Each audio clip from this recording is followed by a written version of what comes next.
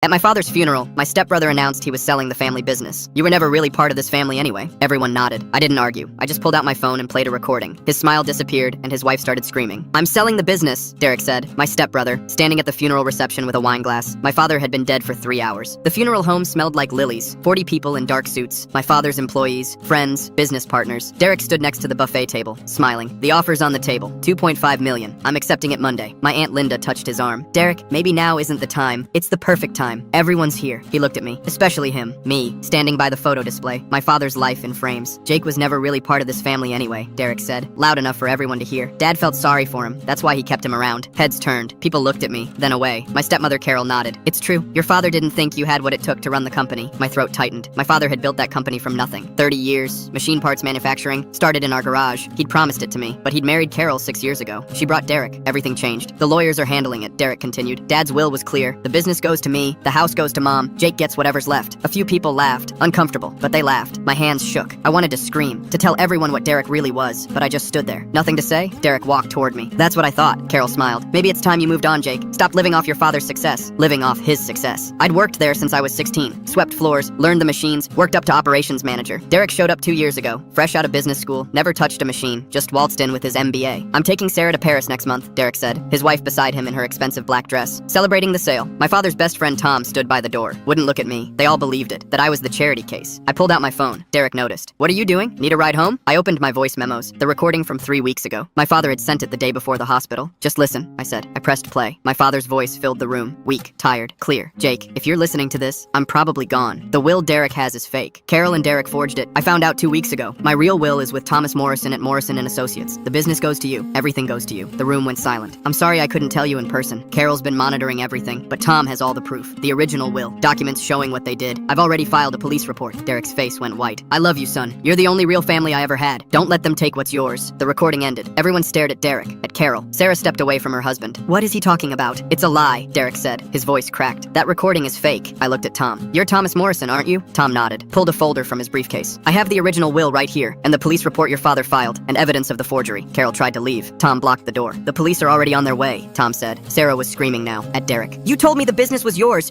You said we were rich. I quit my job." Derek grabbed her arm. "Shut up! Don't touch me!" She shoved him away. "Did you forge a will?" "We needed the money," Carol said, crying, mascara running. Derek's loans, the mortgage. Everyone was recording now. Phones out, filming Derek and Carol falling apart. Derek looked at me. Pure hate. "You set this up." "I didn't do anything," I said. "You did it yourself." Police sirens outside, getting closer. 2 officers walked in. Tom handed them documents. "Richard Morrison filed a report before he died. Suspected will forgery. These are the suspects." They handcuffed Derek right there, in front of everyone, in front of his screaming wife. Full story on the channel linked below.